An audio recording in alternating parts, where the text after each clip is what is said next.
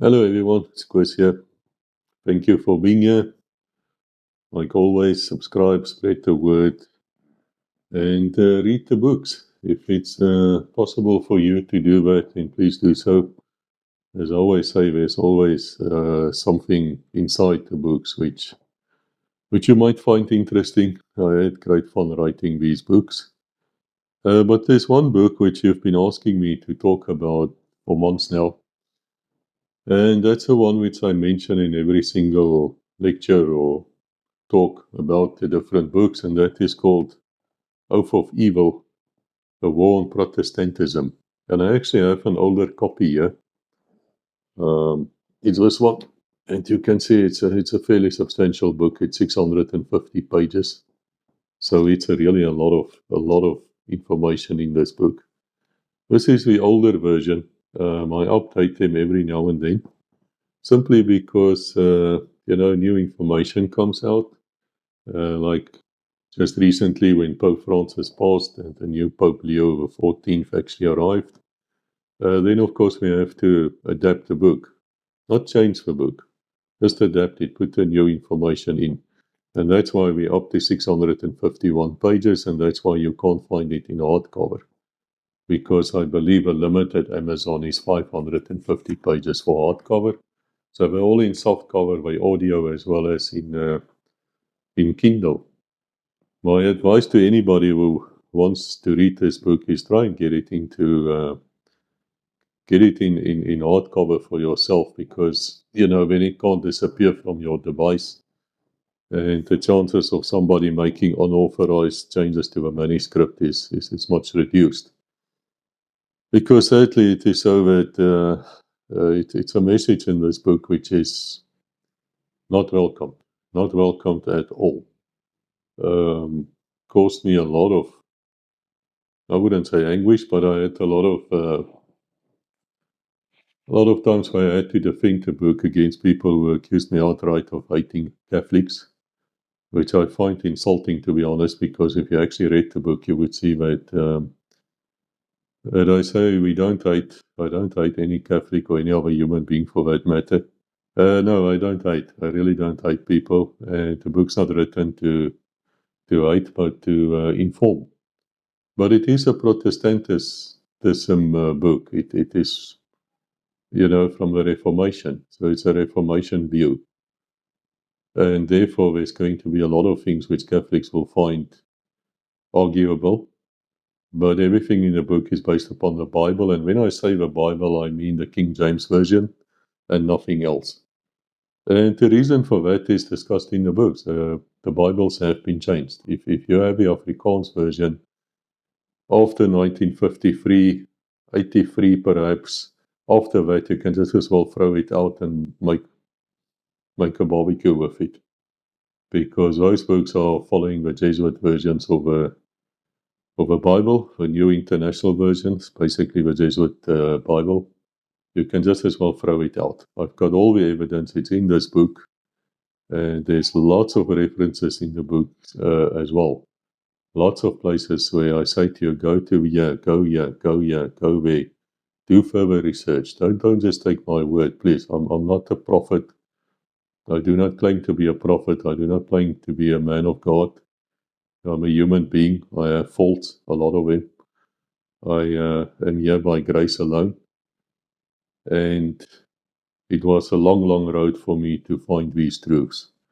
I didn't just jump on the bandwagon, For me, I was thoroughly disillusioned, I have to say, with the NG Kerk, which is the traditional Afrikaner Protestant Calvinistic type of church in South Africa.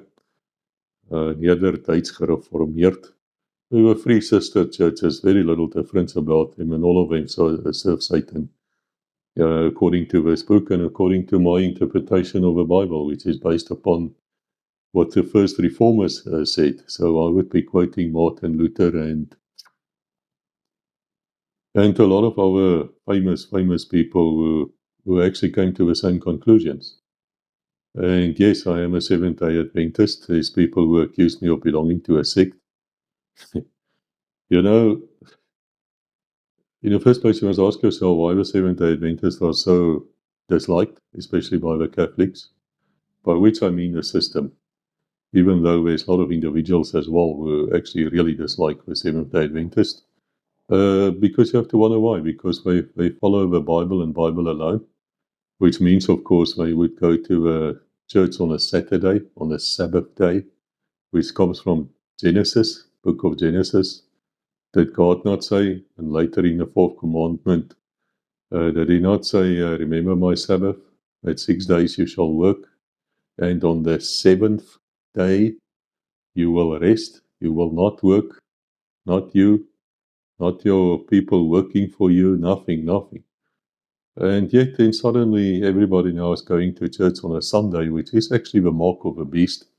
It is a day which was implemented by the Catholic Church, and they see that as a mark of their authority, while God sees Sabbath worship as a mark of his authority.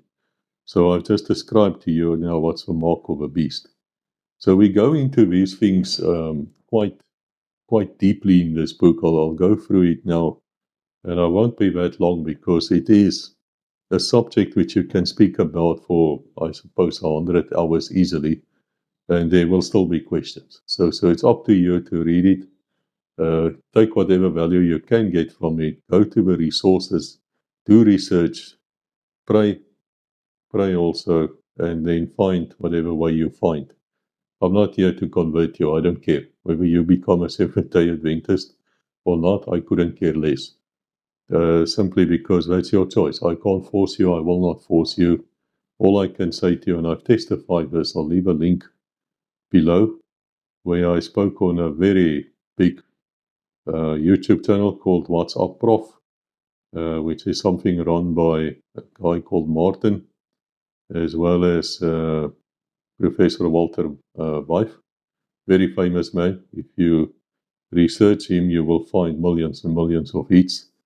And he and Martin has a show going on for the last couple of years now, where they discuss everyday events. In other words, they take what's happening today and see where it stands in the biblical time of prophecies.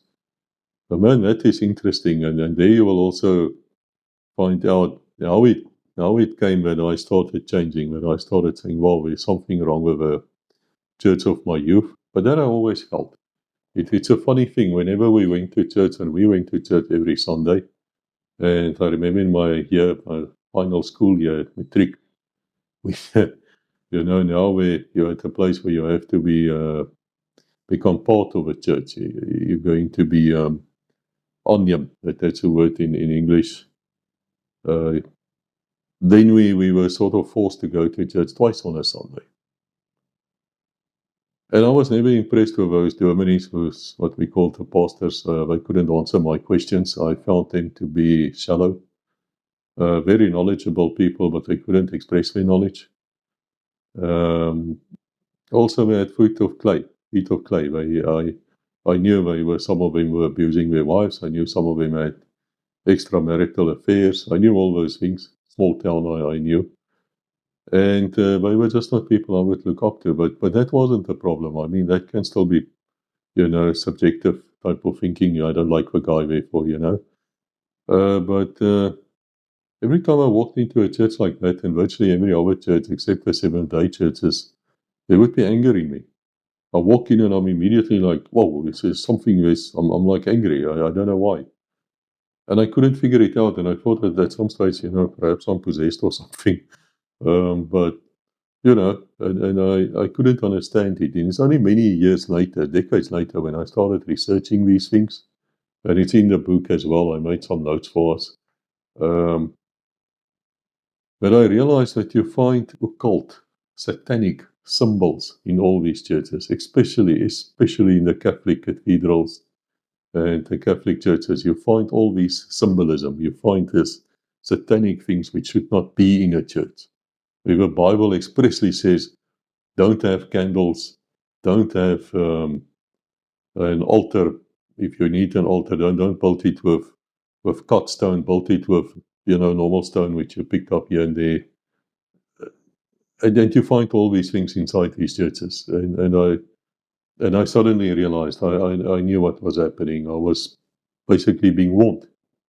Now, I've always had that talent. That's why a lot of you know me from Legacy Conversations, which is the big channel, the one where we speak to military veterans of the South African military and police. Some intelligence officials are a bit scared to come. I understand why. So we speak to them, and there were a lot of people who say to me, well, it seems to me you're a bit of a shyster because you can't look people straight in the eye. Your eyes always darting around. Well, yeah, that's true. I don't really like staring in people's eyes unless it's my wife. Simple reason is I see things. I can see. I see a lot of your soul when I stare in your eyes. I assure you, when I see your eyes, I read you. I read you like an open book. There's no way you can hide from me. That made me a fantastically good policeman, I suppose. Just joking, I wasn't that good. But I would instinctively know if somebody's lying to me or what's going on. I mean, I could look at a woman and I would know she's actually telling the truth or she's not, or she's hiding something. Same with her ears with a man. So I don't really like staring at people. That's why I don't do it. That does not make me a shyster.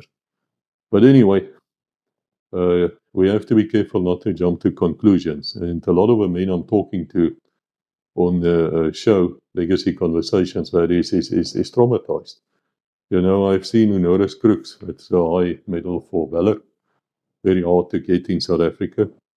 The South African military don't just give out medals. It's just not done. We're not the Americans. We actually value medals. I always say in my books, if you have the same medal awarded to you 5 or 6 times or 10 times, the value of that medal is actually zero. We don't rate it highly. When we see a guy is 25 years old, he has 5 years of service, he's got 5 rows of ribbons on him. Please. Really, lucky packet, you look like Idi Amin. It's interesting that people like General Eisenhower and the rest of them had very few medals. Did you notice that? If you haven't, go and look at the old newsreels and pictures and then wonder what went wrong with you. And that's one of the things what went wrong. I was working, just a basic life story for you, but it is in this other video too, which I left the link with Prof. Wife. Which I'm glad to say, I think about 50,000 people has watched it in the year or two since it came out. I also had the honor to have the Professor Wife on the Legacy channel to ban more people than anybody else, any other video. Because it seems his message is also not wanted, and there's always these people who want to, you know, try to prove you're wrong, and they try to set you up to fail instead of just, you know, listen and then say, okay, I don't agree, or I agree, or you know what, perhaps let me investigate this further, you know. But instead they would come with all sorts of insults. It actually was an eye-opener. I didn't I didn't realize that. I remember the day when I was baptized by Professor Wife, and it's because we just don't believe in baby baptizing, simply because it's unbiblical. Everything we do is biblical. And there's just for those who think it's a sect, I do discuss in this book, I do discuss actually the Jesuit order of a Catholic Church, whether it's a sect or not, and I look at it from a counter-terrorism view, and they most definitely a sect. Yes, they are. Every single thing they do translates back to a sect. The Seventh-day Church, and I'm not speaking on their behalf at all, they don't even know about me, is 22 million strong. And the American side of the church actually lives 11 years longer than any other American. Why? Because they're vegans, they believe in healthy living, they don't believe in running to the doctor and getting a pill for everything, something's wrong with you, even though they're not against that, not at all. If it's needed, it's needed. But they do try natural cures as well, eat healthy, make sure that you get some exercise, stay in shape, you know, that type of thing. I try to. I do my best. I don't always win, but I'm trying. Point I'm making is you're not talking about a sect here, and again you have to wonder why would your enemies be so hard on that church? Why are they attacking it all the time? Perhaps because they fear it. Perhaps because it's the only true Protestantism or Protestant church left in the world. Because if you don't go to church on a Saturday, on the Sabbath day, as the fourth commandment says, then it means that you're actually bowing down to Rome. It's that simple. It's their mark. It's their mark of authority. I quote to you, in this book, I quote to you pages and pages where they say that. Yet people will say then, yeah, but the Lord disappeared. It was nailed on the cross. There were two laws. One was the 10 Commandments, which will never disappear. They're still there. And then there was the ones about washing your hands, or, the ritual side of it. And all those rituals and things had to do with the coming of Christ, of Jesus. And after he's been on earth, and that's also where we differ with the Jews, of course, because there's no way in the world you're going to get into heaven without going through Jesus. Own words, his words, not mine. Don't get angry with me. These people of the American evangelists, Zionists, let me tell you, you're on the wrong path. It's unbiblical. Unless something changes, there's not going to be a single Jew in heaven. Is that anti-Semitic? No. I'm telling you what the Bible is saying. Unless you accept Jesus, you cannot go to heaven. You cannot go to God. It's that simple. It says that in the Bible.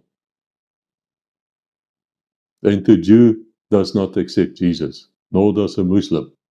End of story. And then you have New Age, which got a new Jesus. And then you've got the Catholic system, which actually replaced Jesus with Mary. We talk about all these things in here. There comes a time when you have to talk straight, and you have to talk straight from the Bible and get on. I don't hate Jews, by the way. My grandmother was Jewish. She escaped from Nazi Germany, so we lost all our family in the camps. I wrote 2 books. Might write a third one as well on the Jewish army, which is operated in France, occupied France during World War II. We were rescuing Jews. I wrote it with my wife, Rebecca. Take note of that name, Rebecca. There's a reason why she has such a name. So to accuse me of anti-Semitism is really something which I will sue you for.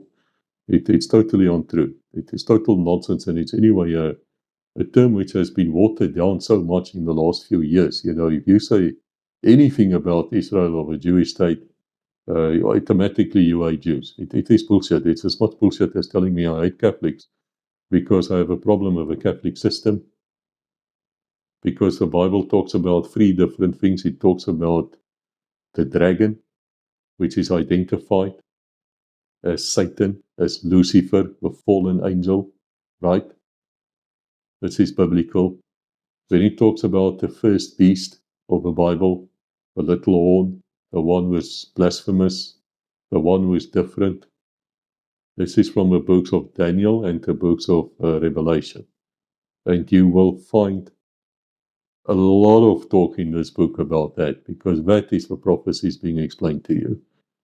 And it's not that hard to understand. If you go and listen to somebody like Professor Wife or any other Seventh-day pastor, hopefully, they will all be able to explain this to you in details which you can actually understand. And inside the books, there are tons of references where you can go and listen to those videos yourself with all the evidence from the Bible and from history. And you'll be able to say, wow, okay, these people might have a point here. Yeah, they do have a point. There is no other point. Other points just make no sense. And then you get the second beast. So just to repeat to you, you have a dragon, by which they mean that is Satan. Then you have a first beast, which is the Catholic system. Not to say the Catholic inside the church. He doesn't even know. He's a good man. He's going to Mass. He tries to his best. According to his knowledge, he's doing the best he can. And yes, I expect a lot of Catholics in heaven one day. Why? Because they don't know better, and they serve as within the knowledge which they have. Can you say that they should have, perhaps investigated more? Yeah, of course you can say such thing, but it's not for me to judge. And it's not for you to judge either. If there's a Catholic here and you're listening to this, go and read the book and see the way which we have seen and which Martin Luther has seen and the Reformation has seen and why they've seen that straight out of the Bible and why that happened. It's not by chance. And then you get the second beast, and the second beast is identified as the US of A. In other words, America. Now, it's very fascinating how America became the second beast. And we will talk about that in the book as well. And we talk about all of these things in different formats in about 12 of my latest books, because I wrote about 67 books. And when you write a book, of course, you become quite an expert in what you write, because you have to research, even if you have prior knowledge. You still have to research your facts. And even though most of the books, I think, over 54 books of the other name, George and James, I think 5 of them would be classified as non-fiction. Oath of Evil is one of them. But on the other, what's that, 49 books is classified as fiction. As I always say to people, it is fiction up to a point. When the characters, they are based upon real people and they are based upon my life in the shadows, when they start speaking history, or they speaking weapons, or they speak tactical moves or maneuvers, or they quote the Bible, or they come out with a statement which you think is insane, it probably is not insane. It's probably very well researched and there's facts behind it. And as I became more and more aware of the truth of what's going on, because I couldn't figure it out, I knew something was wrong, but I couldn't figure it out until I found the truth. You know, I started warning, because I felt to myself, how many of other people are there who's misled? I wouldn't say these dominies of us, these pastors of us were all shysters who went out of their way to tell lies. I'm not saying that. I take for granted that they also preached according to what they knew. But I have to say to you, they knew actually very little. For such smart people and clever people, they don't know the Bible at all. It's quite funny. There's a pastor called Ernie Rex. Go and search for it. Ernie Rex. I'll see if I can put a link in the below for you also. Now, Ernie Rex was actually a dominee, a pastor in NG Kerk, the Afrikaner Protestant church. And then he married a Seventh-day woman. And after a while, she said to him, yeah, you're actually quite stupid. You don't know the Bible, man. And he got so angry about it, and that he wanted to prove her wrong. It was the same with me. When I started listening to Professor Vibes' series, Total Onslaught, go and look at that. It's about 56 videos, 2 hours each. It's going to take you weeks to go through it, but you're going to get out of there a different man, because you cannot argue with the fact. It's there. It's absolutely there. And then the world will go open for you, and you will see how God in His mercy has been warning you, has been telling you. It's very interesting that the fourth commandment, the Sabbath issue, he says, remember my Sabbath day. Why did he use those words, remember? Did he think at some stage perhaps some Pope will come and change the Sabbath day and move it over to the first day of the week, Sunday? Did he know that? Yes, he knew that. He knew that's going to come. So he's put in that word. It's the only commandment which is there, which says, remember my Sabbath day. Why? Because it's the authority of God. If you don't do it, it's the mark of a beast. And you all know what's going to happen if you have a mark of a beast on your forehead and in your hand. What does that mean? Forehead, you make a conscious decision. You're listening to me here now, it says, because you're talking shut. Because you know what? These things stopped at the cross. It was nailed to the cross. Let no man judge me. Blah, blah, blah. I don't need to follow the 10 commandments. Okay. All right. That's where you come in with your hand. You know how you follow. First, you make the decision in your forehead, and then you follow through with your right hand. That's a translation. Tell me then, why don't you go and rape your neighbor? Why don't you go and kill your neighbor? Huh? Why not? There's no law anymore, according to you. There's no law. You can go and do what the hell you want. That doesn't make sense, does it? It makes no sense at all. It's nonsense. So then if you say to me, okay, well, perhaps the law does exist. Remember the Sabbath day? Hello? Did God not give you instruction? Most of you are military people listening to me here, or you serve. I was a sergeant in the police, never went higher than that. My promotion was held back for many reasons. Became an attorney later, so it wasn't because I was stupid. I could pass law degrees. I can certainly pass my police exams as well, which I actually did. But point I'm making here is the following. If your commanding officer, that's God, says to you, remember my Sabbath day, and my Sabbath day starts on a Friday night, ends on a Saturday night. That's how it always was. And people will say to me, yeah, but where in the Bible does that say that? Genesis. God created the world in 6 days, and on the 7th day. In those days, they weren't talking about Monday, Tuesday, Thursday, whatever. There were no such words. They were talking day 1, day 2, day 3. That's how it went. And if you go and you research actually, what does these days mean? Monday, Thursday, Sunday, sun. Oh, the day of a sun god. Yeah, that's what that means, yes. I actually discuss this in the book as well. It's fascinating. It's fascinating to go back in history and to see how these things work out. But anyway, I'm giving you a command now. I'm your sergeant. I'm a platoon sergeant. I'm saying to you, lads, we're going to meet at 9 o'clock on that day at that tree to do whatever. Yep, I'm there. That day under that tree. Chris is waiting. But you decided somehow, some lower ranking constable or something comes and says, no, you know what? No, we'll make it the next day. So you arrive the next day. Think I'm going to be happy with you? Let's say you have a date. I'm going to take her to the movies.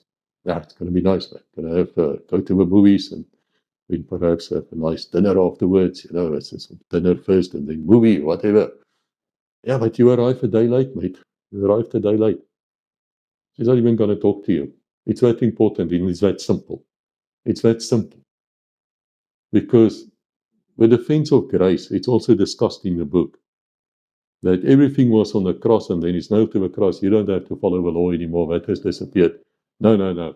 And look, when I say these things, I don't take away anything of you in the sense that you genuinely believe and that you genuinely want to go to church on a Sunday to be with your Maker. But guys, it's the mark of a beast. It's the mark of a beast. And you have to know these things. And if I keep on repeating it, it's not to annoy you. Even if you get annoyed, I don't care. It's for you to figure this out. It's not for me to live your life for you. You have to live it. And there's a lot of you who actually turned your back on me and walked away. That's fine too. I don't care. The fact is, I live my life according to the Bible. But let me explain to you how this started. I started my career in the South African Police Force in 1985. I joined right after school. Yes, I could have gone to university if I had money for university, but I didn't. And my parents didn't either, because I already had family members at university. And they did well, they graduated everything, but I knew there were no money for me. Why? Because I heard my parents talking about it one night. And I had wonderful parents. I never heard them fight. They were happily married, I think, 34 years until my father passed. And then my mother went on another 30 years before she passed. Never looked at another man again, ever. Got married, I think, at the age of 20. My dad was about 24. One of those great relationships. So I joined the police in 85, and 85 was not a great time in the history of South Africa. There were political upheaval, there were fighting going on, there were wars being fought. And as I say to people, if you thought you could join the police to get away in a soft life, instead of, doing your national service or conscript duties in the army, then you're really an idiot. Because depending on which units you were, and I was at the good units, there's a very big chance of you being in shooting virtually every day. Let's say once a week, there would be shots fired. Then we also did duty as soldiers. We were fighting as light infantry. South African Police Counterinsurgency Units. Go to Legacy, there you'll find we're talking about these very things. And we were highly, highly effective. In fact, we were very effective. And in fact, we knew more about counterinsurgency than the army. Yeah, why? Because we were fighting so much longer than the army.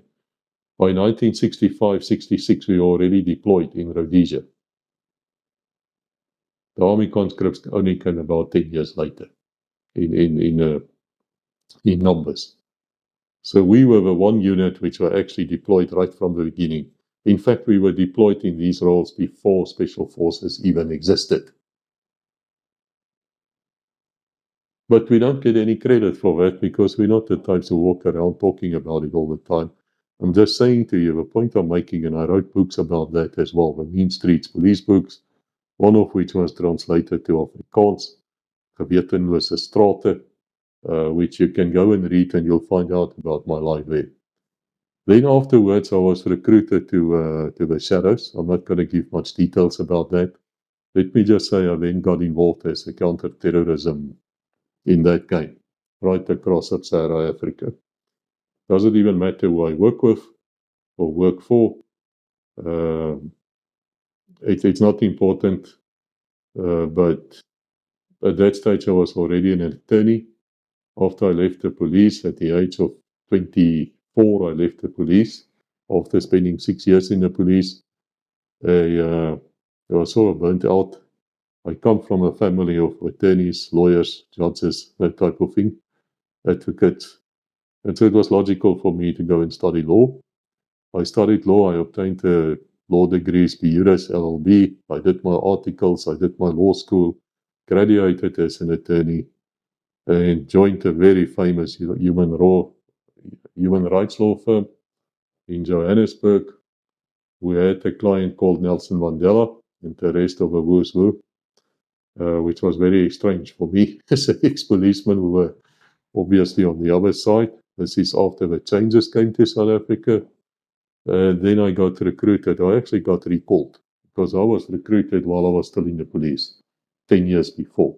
It's a long story. I'm not going to bother with it in my latest book. Codename 606, one of the characters, Major Foxtrot, actually described the process of how he was recruited. That is me talking there. That's basically how it happened.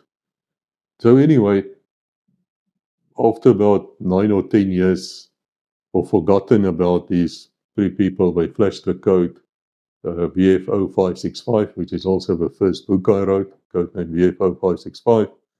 And we, from across different spectrums, suddenly recalled just after the bombings, which happened in Kenya, and I think some other place where the US embassies were actually attacked. Suddenly, the new thing was going on was jihadis, the Muslim extremists.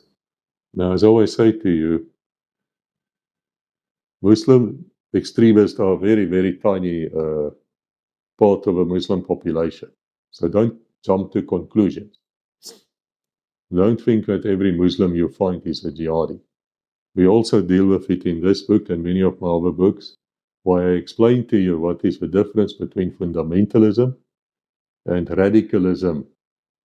Not the same thing from an intelligence viewpoint. But sadly, if you speak to any American second beast officer or intelligence services, who I rate very, very low actually, you will find out they have no clue what's the difference. So let me explain to you quickly. You see a Muslim guy walking down the street, and he's got his three wives following him, and he's wearing this traditional Muslim garb, the white, I don't want to call it a dress, but he's dressed like that, and his wife is wearing the burqa or whatever she's wearing. And you will think to that, you think, well, there goes a terrorist, that guy, he's radical. In fact, he's not, he's fundamentalist. And so would I be. If I say to you and you agree to me that it's the Bible and the Bible alone, then you're a fundamentalist because you're following the Bible and the Bible alone. Now, according to US intelligence, that makes you a terrorist. Yeah. You're going to see such laws coming out. It's out there already, actually. But that's nonsense. Something else must happen to you to become a radical. Something must happen to you before you will say, okay, I will take an aircraft and fly into the New York, 9/11 buildings.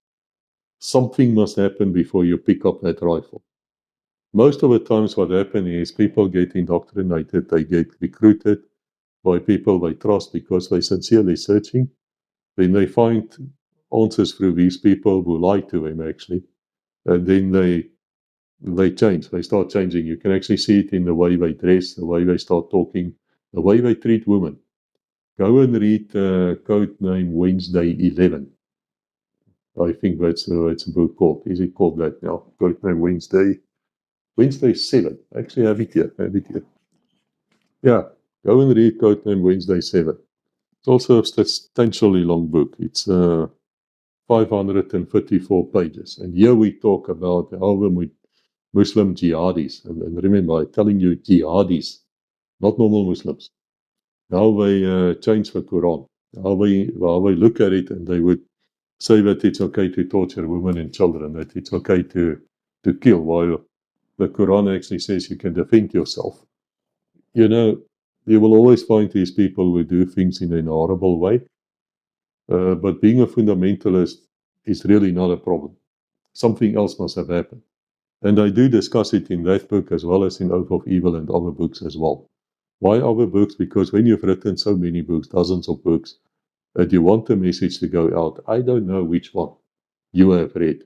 So I have to spread it around. And I have to mention the one book which brings everything together, which is Oath of Evil. So that's why I keep on mentioning it, and that's why it's 651 pages. And that's also why we have more than 200 verses quoted there from the King James. It's actually more than 200. It's 200 times where we say this comes out of a King James version, but there might be 10 verses in that quote. You understand what I mean? So everything we do in that book is directly supported by a Bible verse. So you can't get away from it. But anyway, I was working in the shadows, and I started wondering what the hell is going on. How is it possible that the US of A, we looked upon as the leader of a free world during the Cold War, how is it possible that this country was supposed to be Christian and looks Christian? Why are they supporting terrorism? Why are they supporting Al-Qaeda or ISIS? You know, what's going on here? Boko Haram. Why? I just don't get it. On the one hand, they're supporting them, or the countries anyway, who's directly involved with them, places like Saudi, Qatar, other places in the Middle East. And yet the one country in the Middle East which are actually fighting these terrorists, who are killing Americans and Christians, why do they hate this country so much? It's called Iran, Persia. Why do they kill their leaders? General Soleimani. That came later, of course. But what's happening here? How is this possible? It makes no sense. Because if you look at it from a counter-terrorism viewpoint, all these terrorist organizations who commit these crimes, Al-Qaeda, ISIS, Boko Haram, the rest of them are all Sunni Muslims. They're from the Sunni side. While Iran is from the Shia, or Shiite, if you want to say it. Don't say it straight in English, because when it comes out, it's something else, which is an insult. And these two groups don't like each other. And they actually kill each other. And yet, it seems that the ones supporting the terrorism is the big mates of the US of A, and the ones who's fighting the terrorism is the enemy. This makes no sense. And it will never make sense to you unless you understand you have to look at it from a religious viewpoint, which is higher than strategic level. Now, most of us only work on tactical level. In other words, we are told there's an enemy base, go and attack it, wipe it out. Okay, technically we can do that. We know how to do it. Air support, mortar support, armor, stopper groups around it, shell it, soften it up, go in, kill it, special forces observing it before that, all those things, blah, blah, blah. We discussed that many, many times on the Legacy Conversation show. But you never really know why. What's the overall picture? And that's a strategic picture. And only the generals and the senior officers will actually understand that. In our wars, it was about communism. It was part of a Cold War. A lot of you foreigners here will say to me, yeah, no, it was for apartheid. You fought for apartheid. No, we didn't. We didn't. It just so happened that apartheid was the flag, yes. But we were fighting communism because we were all Christians, most of us. Or at least we didn't like communism. And it was just so that the other side, the so-called freedom fighters, were all supported by communists. They were wearing communist uniforms. They were trained in communist countries. They were equipped with AK-47s, Soviet tanks, Soviet aircraft, Soviet mortars, Soviet explosives. Of course, we would think from our side that these guys were actually communists. It turned out they weren't.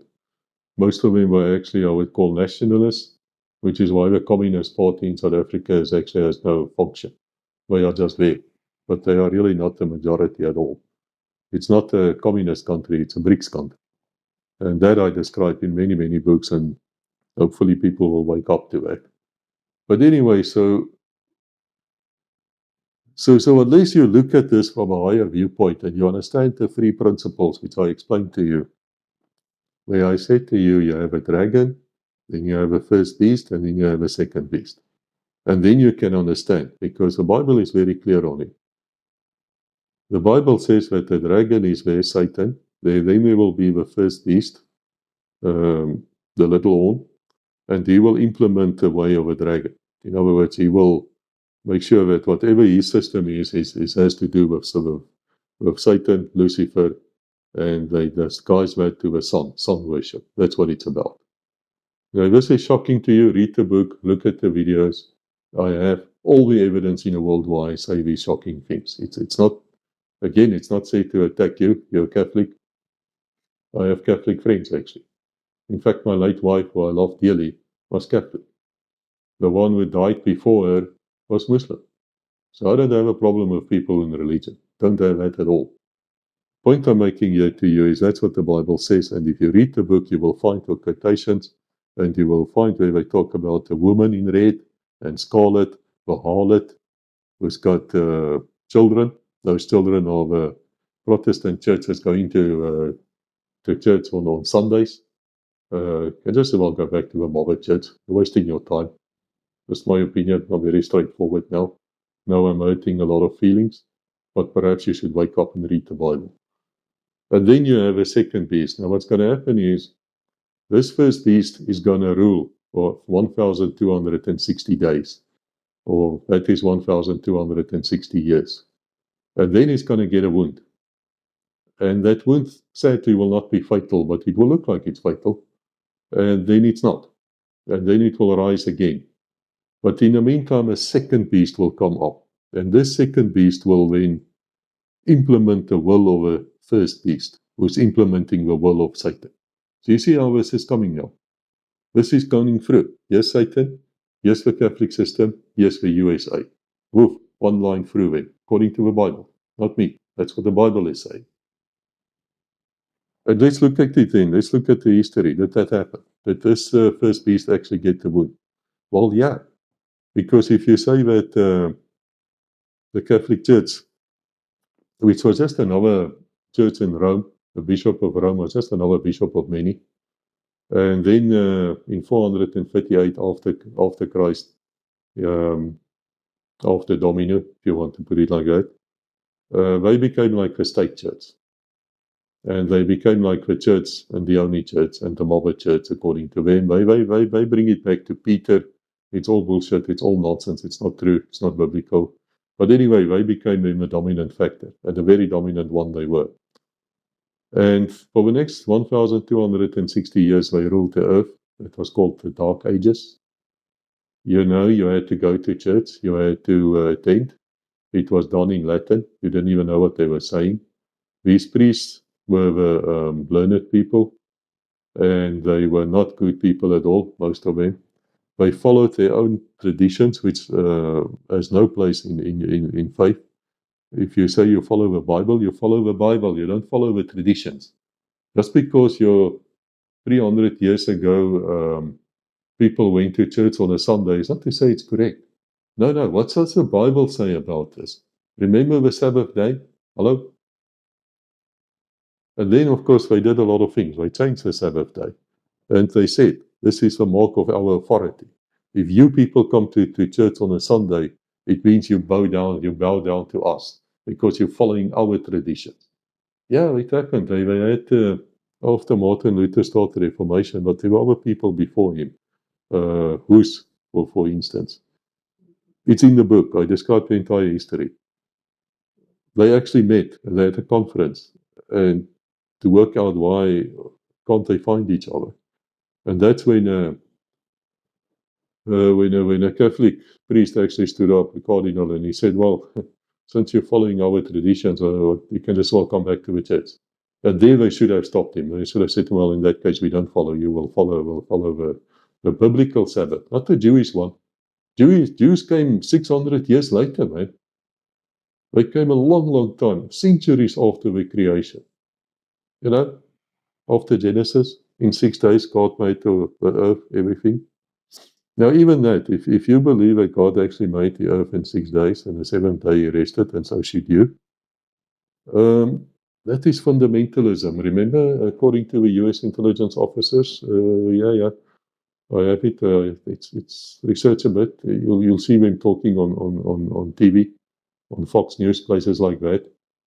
You're actually a terrorist. You're heading to become a terrorist if you believe that. No, you have to believe there was a Big Bang. And guess what? The guy who actually came out with a Big Bang theory was a Jesuit priest. How funny is that, huh?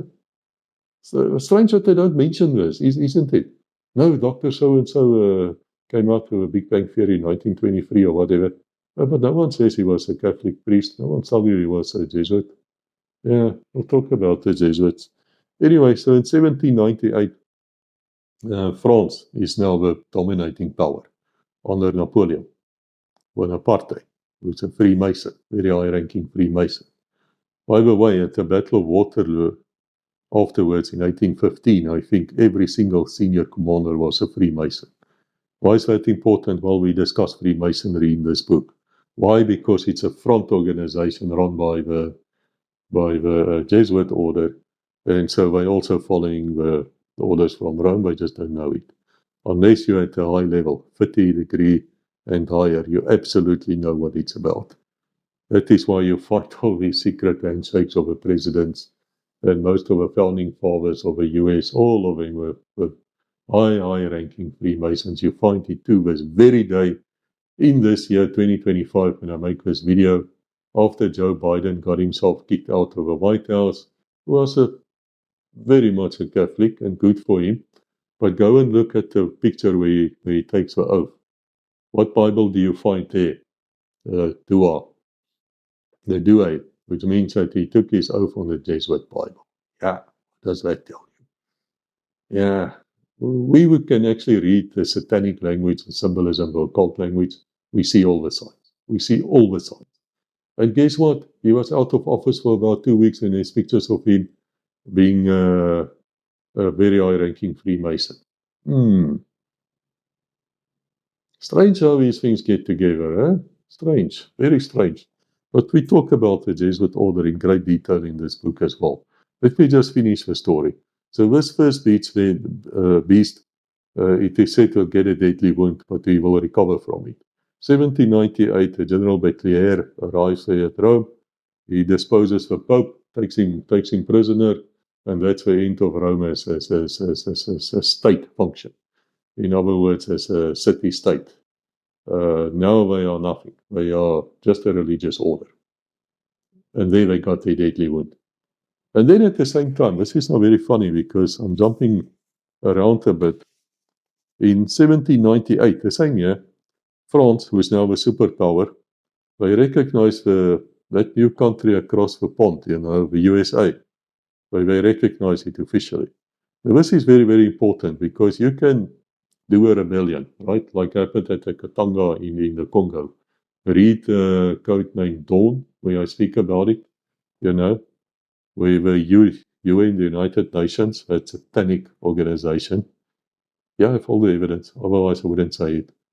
Where they decided they're going to start interfering in in the workings of a country inside the country. Up to then, they couldn't do it. It's against their own rules and regulations.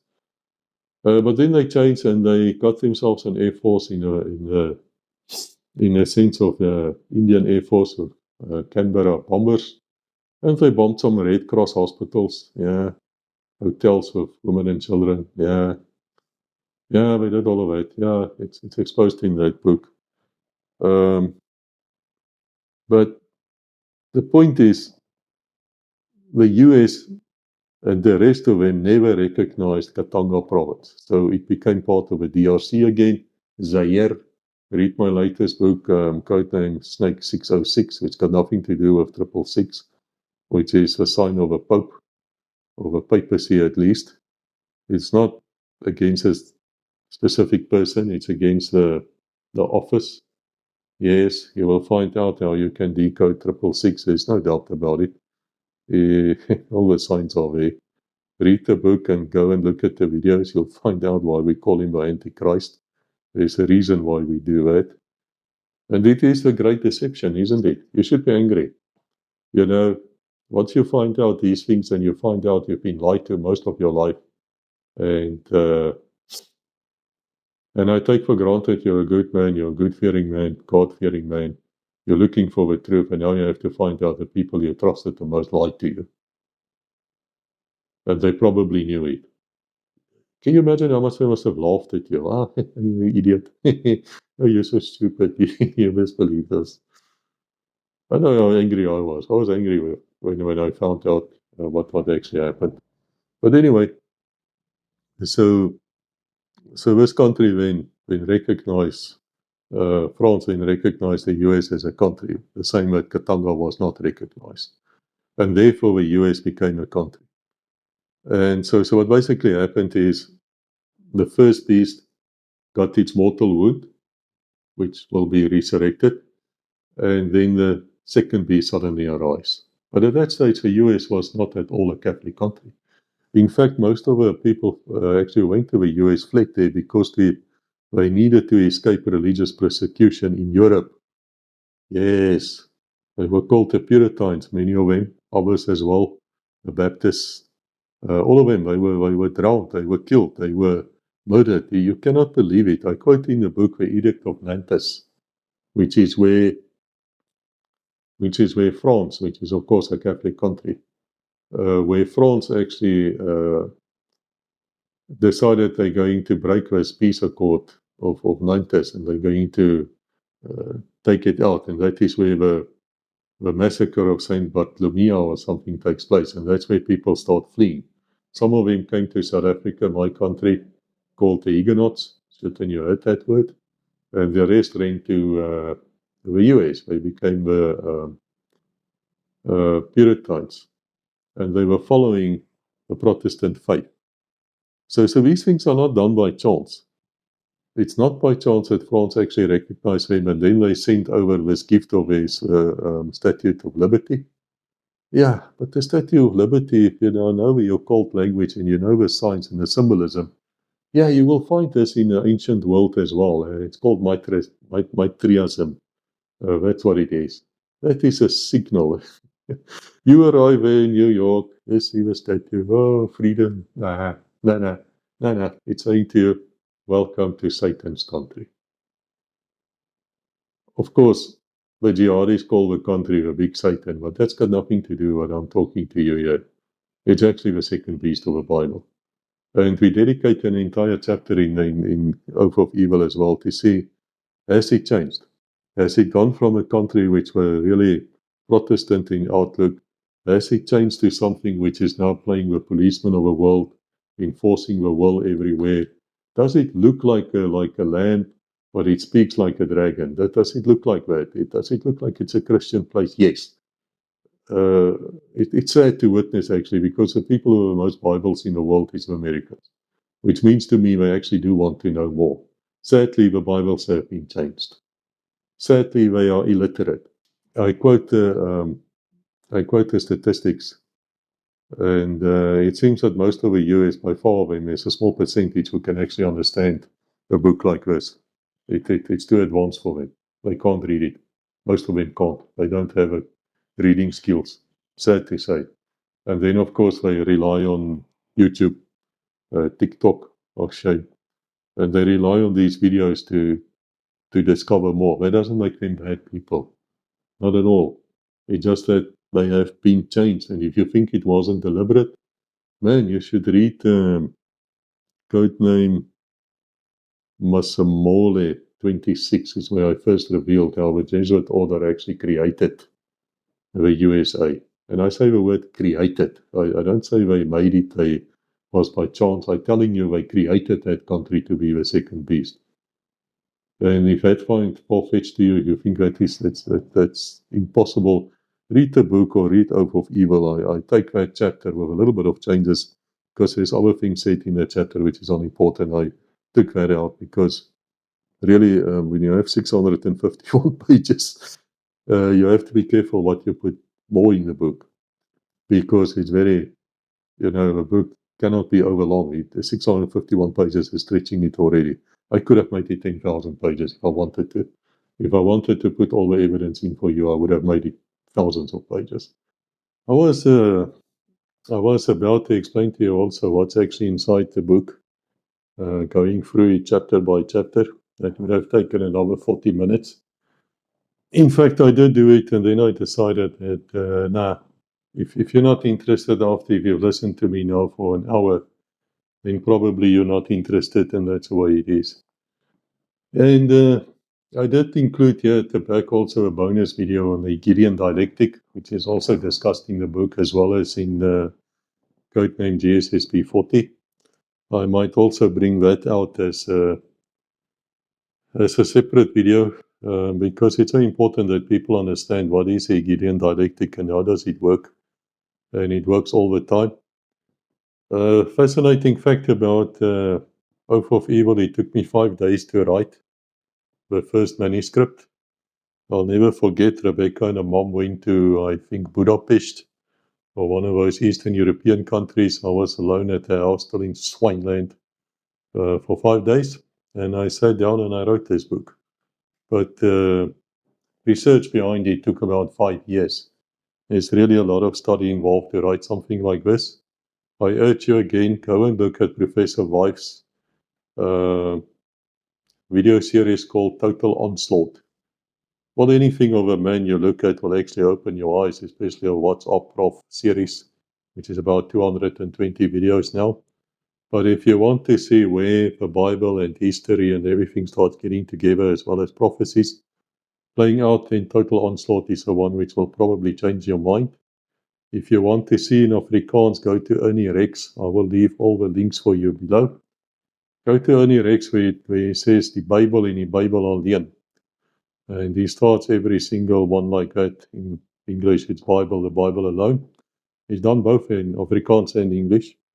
And basically, he starts every episode and says, give me the Bible, give me the Bible.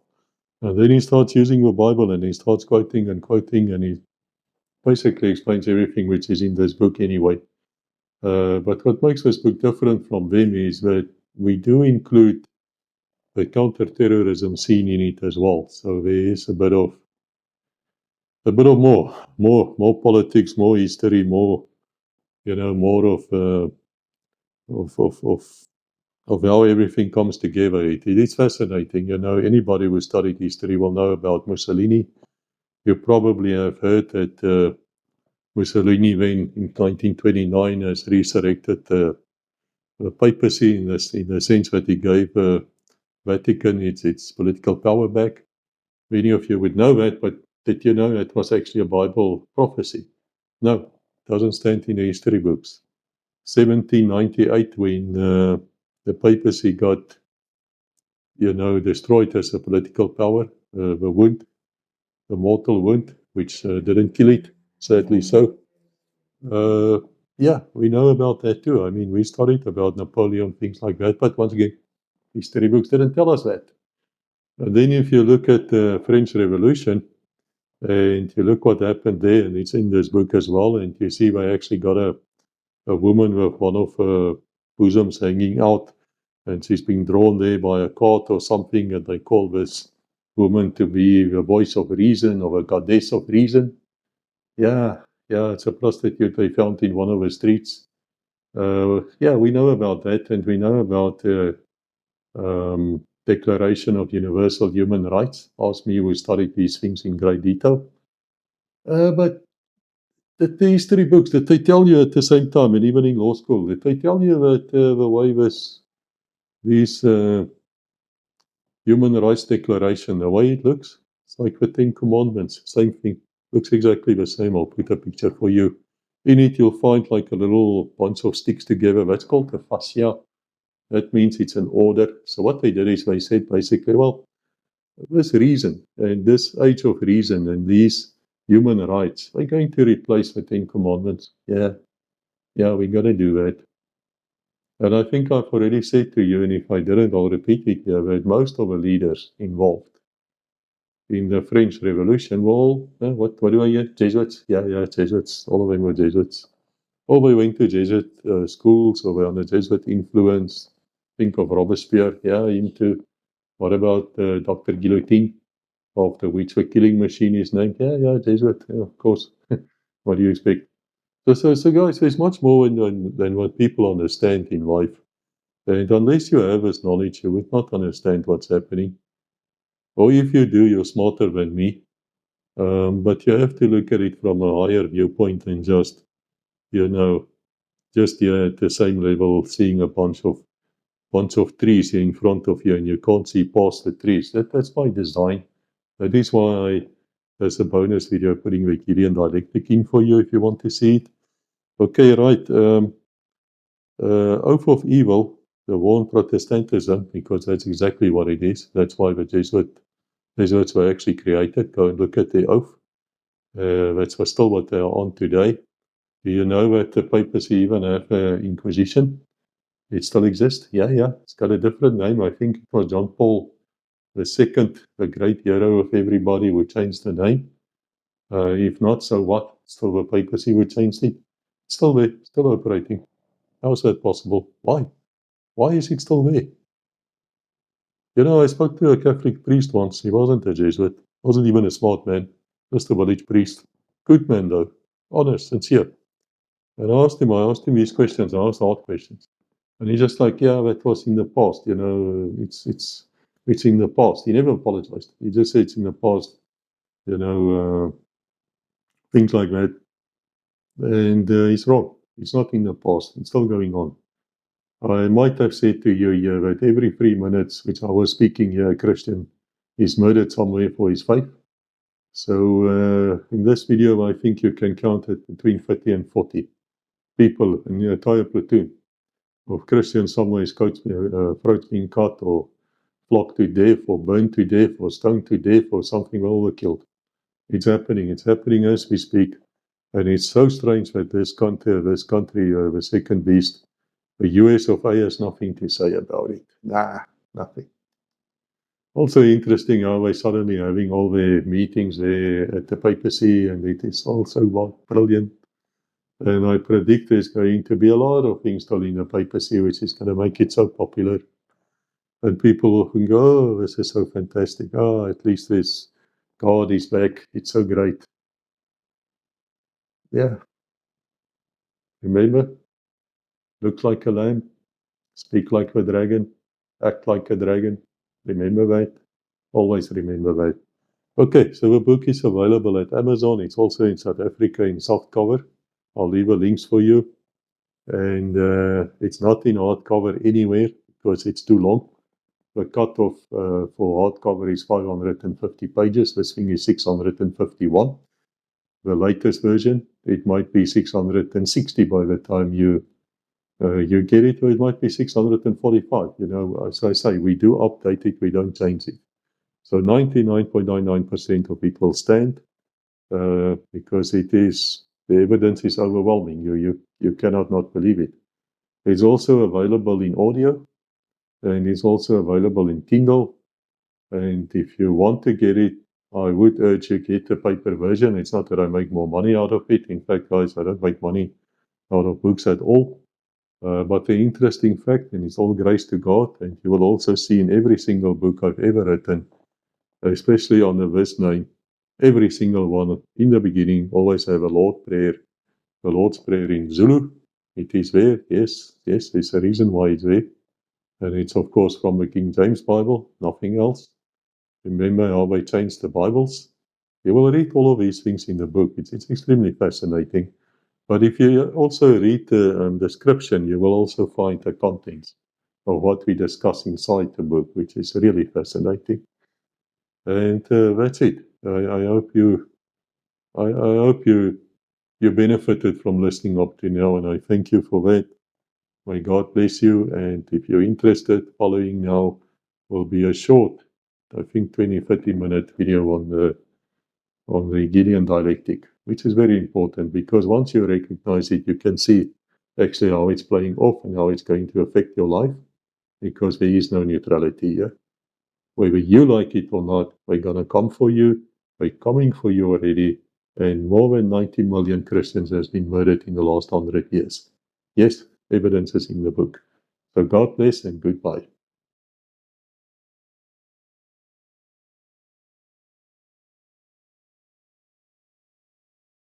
Well, I have to say to you that if it looks a bit different here now, it is. I had to redo the last 10-15 minutes of a video. It seems my camera, my Oppo phone, which I'm using to record these things in the studio, cannot do 1 hour 40 minutes at a stretch. It started hanging. So it doesn't matter. I want to speak to you about the Hegelian dialectic. I think that's very important because you have to recognize the Hegelian dialectic so you can understand when it's playing out. And it's happening. It's happening as we speak. And I will give you a few examples of a Hegelian dialectic which is playing out. But also read my one book codenamed GSSP 40, where I actually describe a Hegelian dialectic being played, and it had rather fatal consequences for those involved. But it's normally done at a much, much bigger scale than that, and it's actually to swing populations. So Professor Hegelian was, in theory anyway, one of the great Protestant thinkers, and not Catholic, strangely enough. Well, if you look at the oath of the Jesuits, and it's in this book and many other books as well, and you will be shocked. I mean, just read it, just listen to it. It's not normal, you know. For most of you people, you are actually military people. And I would hope that most of you have a sense of honor and of duty. And let me tell you, I think people like you and like me take an oath actually very seriously. Whenever I take an oath, I actually mean it. And if it's at all possible to carry through with it, I will. Of course, if things have changed outside my, where I can do nothing about it, then of course that's the way it is. But then at least you can man up about it and talk about it and see what you can do. But normally an oath is a very, very serious thing. In fact, it's very interesting that normally when a war has taken place, like I recall now the Second Anglo-Boer War, where all the concentration camps came into being, from the British Army. Yes, I mentioned that in most of the books. Where 1 out of every 3 of the Afrikaner was basically murdered, perhaps not in the same way as the Jews and the Gypsies and the prisoners of war and others would be murdered 40 years later in the German concentration camps. But the fact is they were there, and because they were there, they died. 1 out of 3. So if you have a wife and you have a kiddie, there's 3 of you, choose. Tell me, which one of you do you want to die? Because that's what happened. And it caused apartheid. But that's another story. But after that war ended, the Afrikaners had to take an oath of loyalty towards the British king. Queen Victoria died during the war. A lot of us, my forefathers, of course not me, said that was actually God's judgment for all the evil done in her name. Well, she was very old. She was, of course, German, like the English royals. None of them are actually English. Yeah, they all actually German. To change their name to Windsor in 1916, 17, around about there, because it was the First World War. because they couldn't be seen to be Germans, which actually they are. Yeah, it's interesting, these things, very, very interesting. But anyway, they had to retake a oath of loyalty towards the king. Some of them refused, and then they were not welcome anywhere in the British Empire, which was most of the earth, so they had to leave. Some of them went to the US, others went to France, wherever, the Dutch, Netherlands went there. And that's fairly normal. It's the same with the Civil War. When the US Civil War ended, the defeated Confederacy people had to take an oath to the Union. And many of them did. I'm sure some of them crossed their toes or fingers, but they did. Otherwise, they couldn't stay in the country. It's very interesting that when South Africa changed in 94, as far as my knowledge go, no such new oath was required. I think it's a major mistake, actually. I think it should have been. But it is technical legal. I do describe it in other books, where we talk about the so-called Lord Hall. Is some Irishman who was broadcasting on behalf of the Germans during the Second World War. And he actually gave up his citizenship, and he wasn't even an Englishman by that time. But nevertheless, he held a passport once, and therefore they said he was a traitor, and they hanged him. Yeah, they hanged him. We think of Tokyo Rose, all of those people, they can get you on your passport also. So it's a technical legal thing. But the fact is, the point I'm trying to make to you is that there's really a lot to say about taking an oath. In fact, it was Field Marshal von Manstein of the German army during the Second World War, brilliant commander, who said that it's not for the general or the soldier in the field just to mutiny. And he also said that because of the oath of loyalty they took towards the Führer, Adolf Hitler, that fellow, they felt it very hard for them to rebel, to try anything, which they actually did try only in 1944. I don't need to explain the entire story to you again. Point I'm making is, if you're a man of honor and you're a man of God and you're a man of the church, and you take that type of oath, then there's really, really something wrong with you. But in that oath, they say that they will go as low as to become a Jew. They don't like Jews, by the way, don't like them at all. And then they will become a Jew to take the church forward. So they be like spies. They would become a Protestant minister, they can become an evangelist, whatever. You wouldn't know. But his real loyalty lies to Rome and not to you. So there's a lot of people who point out that a lot of things in his life of Professor Gillian actually shows that he was never a Protestant, but he was, in fact, a fake Protestant and a Jesuit in disguise. Another funny thing, interesting, which comes out in my books is virtually everybody involved with the French Revolution was also Jesuits or under Jesuit influences. Every one of them. Robespierre, Guillotine, the guillotine is named after all of them. Just like that. That's of course where the Age of Reason started. The Bible was banned. Yeah, it is. It's in this book as well. So Gillian came up with this idea, and what he basically said is, if you want people to do a certain thing, you have to create the conditions to do it. And then you have to create chaos, and you have to make life so difficult that they will actually come to the party to whatever you want them to do. So a classic example is, you take Barack Obama versus something like Donald Trump. One is far left, almost wokeism, all those things, attitude against white people. So they say, don't think Donald has any attitude against black people, not saying that at all. But it's fascinating. I think I said this before in this video, is that under Obama, I think 96% of the people who came into the US were all Muslim. Yeah. No Protestants. Virtually not one. Not welcome. No. And under Joe Biden, it were all Catholics. Yeah. Interesting, isn't it? Millions of them. Well, of course, it's going to breed. There's going to be more millions. By chance? No, of course not, guys. It's not by chance. None of these things are by chance. But then what you have is two opposite sides. And they rub each other up in the wrong way, in such a way that there's really a lot of analysts who are fearing, including myself, that there would be a civil war breaking out in the US. That's how angry people got to each other. And they were being played. It was just the Hegelian dialectic. And now it has swung. It has swung all the way now to conservatism. And you're going to get this mixture of state and church. And you're also going to get like it's going to look like the land. It's going to look like a Christian country.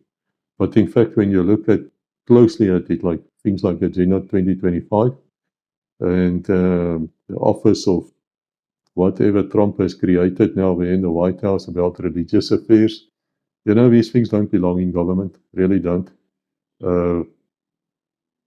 State and church must always be separated. That's what John F. Kennedy said as well. Many say he got murdered because of it. I discuss his murder in some of my books. You'll have to go and read and see what else we discuss of a man. He wasn't an angel, not at all. But they say because he stood up and said he will never mix these two, he got killed. It's very possible. It's really, really possible that happened. Now, when you talk about the separation of state and church, it's also in Oath of Evil. I just have to mention that it really has to do with the first 4 commandments of the 10 commandments. In other words, it has to do with what God are you serving? Which one? Now, for us, of course, there is just one God, but many other people say their God's the actual God. You know what I mean? So it's not for the state to come and tell you which God. It's not the state to come and tell you about your when and how you should serve God. But that's what happened during the Middle Ages. God does not like that type of thing. He doesn't want people who are forced to go to church, and if they don't go, they get flogged in public in the market square. Yeah, these things happened. It happened. Go and read what we write about the Inquisition and how it was in the Middle Ages and shudder, because it's got to be the same in the future. That's where we're heading to. And then the last 6 commandments is actually what the state has every right to legalize on, to make laws. Like, thou shall not kill, thou shall not steal, thou shall not rape, whatever. You can fully understand if a state makes law there. It's not a mixture of state and church. But the moment the state starts saying to you, well, we're going to bring the Christian God into the schools, bingo, that should never happen. Or things like, well, I think we all shall have a day of rest, the Sunday laws. The blue laws, that's a big problem, a really, really big problem. Some of you might say to me, would you like it if I save in on a Saturday or on a Sabbath? I say, no, I would not like that. Not at all. It is either your own choice, because you came to that way of thinking after due diligence and prayer and thinking about it and investigating. And then, of course, you're welcome, but you should never be forced, ever. But have a look at that and keep it in the back of your mind, because you're going to see a lot of that changing. A lot of it. It's going to be implemented. So what did they do in the last few years, 15 years about, to get the swing away and to swing the pendulum of the Hegelian dialectic? The first was, of course, the lockdowns and things which they did during the great illness. And then also the mandates, to get injected. And then they came up with this immigration issues, where people just streamed across the borders, and it seems like the police and customs and everybody just sat there and did nothing. Or if they did something, these guys would just be released by the courts. The moment they try to act or they try to do something, you have hordes of lawyers, and they are just all over you, blah, blah, blah. That was not done by itself. And that is why so many of the Hispanic people and black people started voting for Trump, because these people can come in, they can take your job, they're going to take your job, and then you left on street, like so many US military veterans. It's amazing. It's amazing how this country has changed in so many ways for the worst. And then you have utter government corruption. I don't have to tell you about this DOGE, or what do they call it, the Department of which Elon Musk was running. And they discovered all this money which is just being wasted, thrown away, stolen, basically. Yeah, and then they go up and they increase their budget for the military with so much that all of that money which they saved there is not just spent on the military again. So what? You still have a very bad military. No one fears you. No. Go and read American Military Might Debunked, or read Intelligence Briefing. Read any of my books, many of them. You will find out your military is actually not worth being called even a military. It's very bad. It's not as good as you think you are. I've been warning since 2014 that you don't have a quality military edge anymore. You don't have it. The QME, you're lacking every sense of a word at every weapon system. You're behind the times. And it's my opinion you're going to lose. Definitely going to lose a war against a peer enemy like China, as well as Russia. And now they combined. And then there's BRICS. You really have to read my books to find out what I mean by that, by BRICS. And then there's inflation, which means that you as a middle class guys are getting poorer. And there's out of control government spending. It just gets worse and worse. So we know that you are actually technically bankrupt. A big country, powerful country like that, or a second beast, you're bankrupt. And then your wages are falling as well. You're poorer now than what your parents were. And that's why it's so hard for your children to actually work themselves up to buy a house or a small holding or anything. Virtually impossible. And that's exactly what they want. And if you also look at the great illness, you will find out it's in this book about the wealth which was transferred. Yeah, it was the greatest transfer of wealth in the history of mankind. No one talks about it, but it's in the book. You'll also find out that the Catholic Church then went and they got money, billions, I think $3 billion, not million, billion with a B, for assistance, and they're using that money to pay all the victims of their sexual abuse, which is rife. We do look in this one also at priests, their sexual behavior, which is fascinating because most of them are not virgins, most of them are actually not gay, and most of them are actually not child molesters. No, they're normal men. They have sex with women. But again, it's the church who came up with this thing about 600-700 years ago that a priest should be celibate, and the reason for that is because he's married to Mary. Yeah, he's married to Mary, so he can't have both sides, But the guys are human, they have needs. So you can understand it's a system which just can't work. It's against human nature.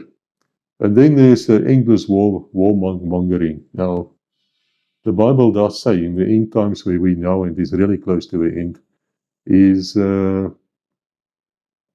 there's wars and there's rumors of wars. Not a week goes past that we don't think America is going to attack somebody, because there's all these threats and saber rattling. And what they don't realize is that those countries, if it's a fairly powerful country like Iran, or very powerful like Russia or China, they're not going to back down. They're going to tell you, come. And you're going to get the surprise of your life. You're going to lose more people than you've ever lost since World War II. So what will come of it, I don't know. Well, time will tell, but the fact is that's playing out too.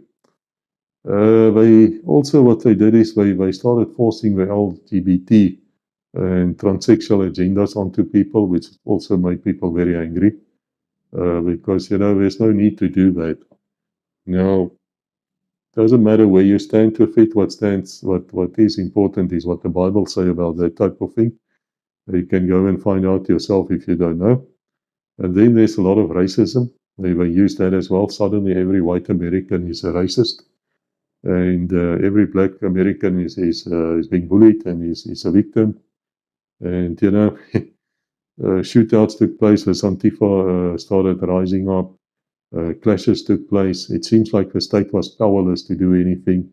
We think of January the 6th, which was directly a result of all of these things I'm telling you. And then the rich are getting very, very rich, and the poor are getting very, very poor. And your roads and infrastructure, everything is falling apart. You don't even have a single high-speed rail. You don't have those things. You're still working on 120, 150-year-old technology. Man, it's bad. You expect better than that, and still it's there. And then there's this attacks on the traditional Western values. That's why so many Americans and Western Europeans are actually moving to a place like Russia, because they felt, well, these people are more like it used to be, But be careful, because the Bible says that all these so-called enemies, all of them are sitting on the same table. In other words, this is all arranged. It's all arranged. Then they brought in political correctness. A guy arrives here, he looks like me and he's got a long beard and he says he's Mrs. So-and-so. Well, you have to say, oh, hello, Mrs. So-and-so, and not laugh, that type of thing. And then there will be a lot of widespread censorship. Well, I explained to you about fascism and how it works on the social media companies and how they are actually tools of Western intelligence, nothing but, because most people, can't keep quiet. They go out and they have to type in their ideas and comments. Yeah. What happens is then they build up a file over you, build up a profile. And from that profile, they can work out exactly what you think and how you're going to think. And that's how they're going to get you. And then there's also, of course, cancellation, the shadow banning, outright cancellation, and telling those who have alternative views, who have conservative views, or who have views which they don't agree with, or biblical views, they just ban them. So in other words, there's no way that the message can go out. So the other side of a message go out, I don't need to tell you more. You lived through a great illness whose name I don't even want to mention. And you lived through it, and guess what? You know what happened. Yeah, you know what happened. No one else was allowed to hear. And even now, these days, it comes out that those who are saying that the masks don't work, that the 6-foot distancing is stupid, that you shouldn't be forced to take a injection.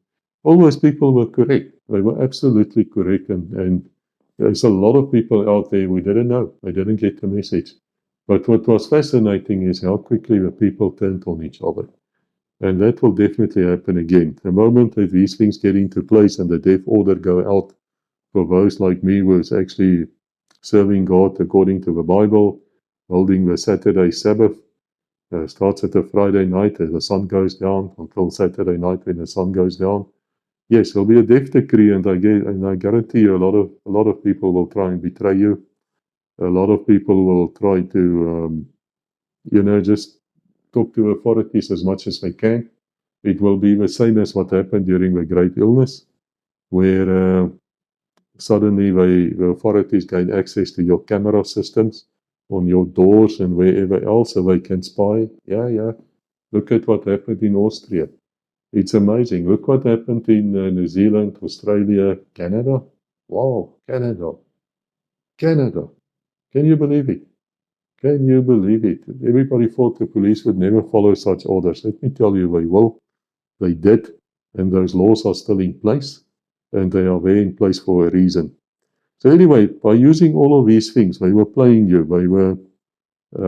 They were trying to get people so fed up that they would move to the right, to conservatism, to Christianity, or their version of it. I say again, their version, because remember, the Bible says it looks like a lamb. It looks like Jesus. It looks Christian, but it speaks like a dragon. In other words, its acts, the way it's acting and the way it's implementing things are totally from the devil.